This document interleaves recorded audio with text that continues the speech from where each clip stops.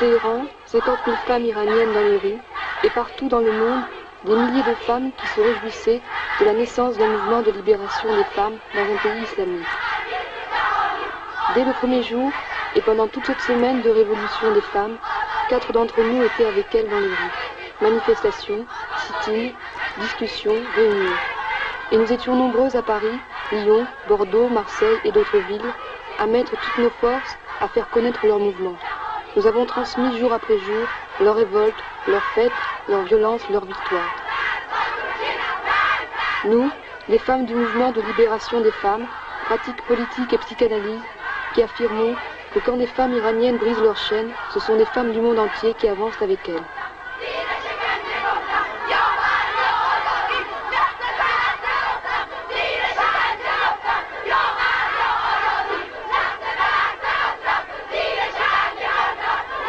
Le 8 mars n'est ni un jour de l'Est, ni un jour de l'Ouest, c'est un jour mondial. À l'aube de la Révolution, les femmes sont oubliées. Nous sommes des femmes iraniennes, nous ne resterons pas enchaînées. Sans la libération des femmes, la Révolution n'a aucun sens. D'autres slogans, nous ne voulons pas de voile obligatoire. Les femmes luttent et leurs luttes sont victorieuses. La police a tiré des coups de feu en l'air et essayé de les faire reculer. Les femmes ont crié « Nous n'avons pas peur, nous n'avons pas peur ». Et ce jour-là, dans Téhéran, partout, des femmes discutent passionnément. Une femme qui ne porte pas le voile nous a dit « Manifester dans les rues contre le voile, ça a été l'occasion d'une grande tendresse et d'une grande solidarité entre nous. Le voile, c'est une histoire d'hommes. C'est incroyable. Ce sont toujours les hommes qui défendent le voile. »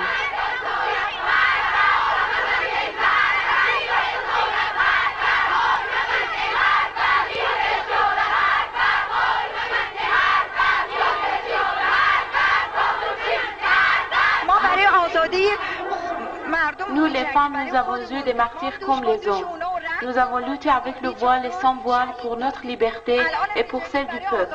Et si Khomeini continue ainsi, moi qui suis une vraie musulmane, je quitterai ma religion.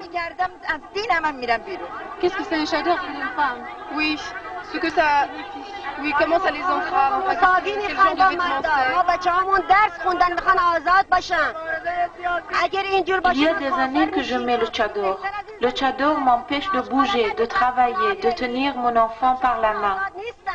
Mais je ne suis pas venue à la manifestation pour ne plus mettre le tchador. J'ai 6 filles et je suis venue pour que mes filles ne soient pas obligées de mettre le tchador, pour que les hommes ne l'obligent pas à le mettre. Je suis venue ici pour défendre mes filles contre le tchador.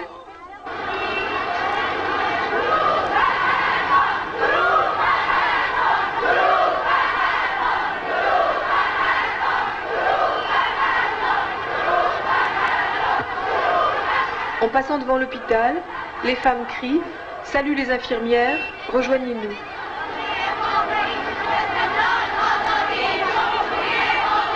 Certains fanatiques religieux ont réagi très violemment aux manifestations des femmes, en les harcelant, en les injuriant et même en les frappant. Sima nous disait « Oui, la semaine dernière, j'étais en danger lorsque je descendais dans la rue parce qu'ils avaient demandé qu'on mette le tchador. J'avais mon foulard dans mon sac, j'en ai toujours un par sécurité. Des hommes dans chaque voiture qui passait disaient quelque chose. J'ai pensé que s'ils continuaient, j'agirais, je me défendrais. On a déjà fait des manifestations. Il y avait des soldats dans les rues, c'était le danger de mort. Maintenant, on peut marcher devant quelques hommes, on n'a plus peur.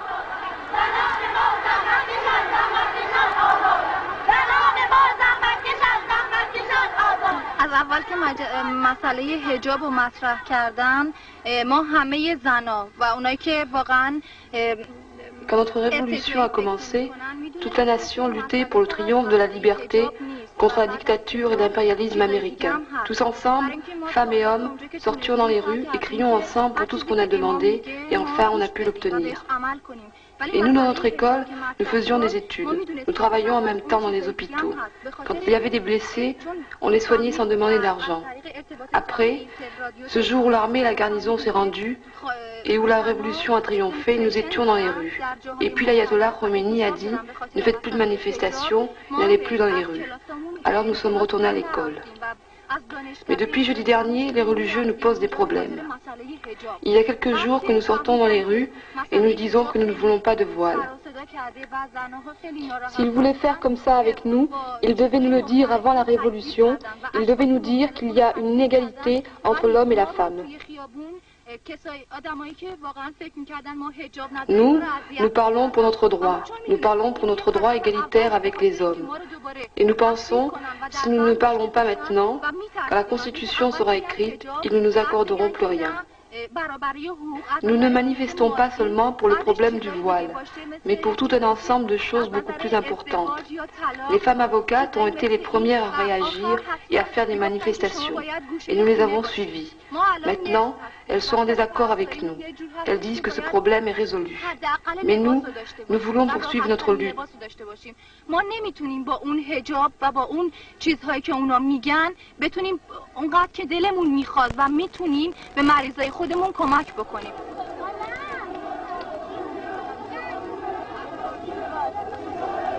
À Téhéran, nous avons parlé avec Kate Millett.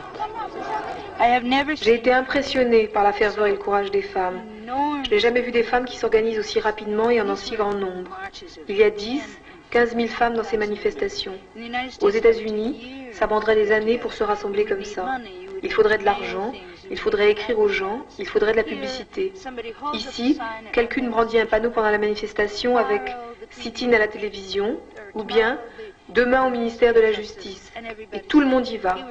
Parce que ces femmes non seulement ont été réprimées pendant très très longtemps, mais ce sont aussi des femmes qui ont fait la révolution. Elles ont été dans les rues, elles savaient qu'elles-mêmes pouvaient être tuées par le Shah et ses troupes. Ce sont celles qui ont eu le courage de sortir face au char, le courage de se soulever. Et beaucoup de femmes m'ont dit que pour leurs droits, elles pourraient se faire tuer, ça ne fait rien, la lutte doit continuer. Je n'ai jamais entendu des féministes dire des choses pareilles.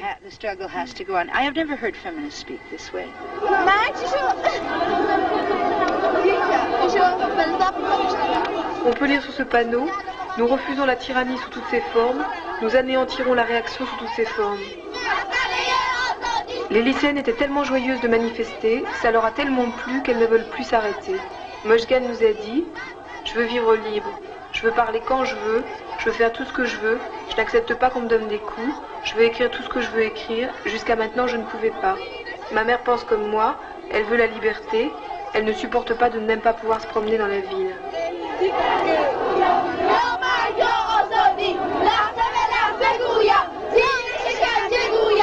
Après le 8 mars, de plus belle, les femmes iraniennes ont continué leur lutte.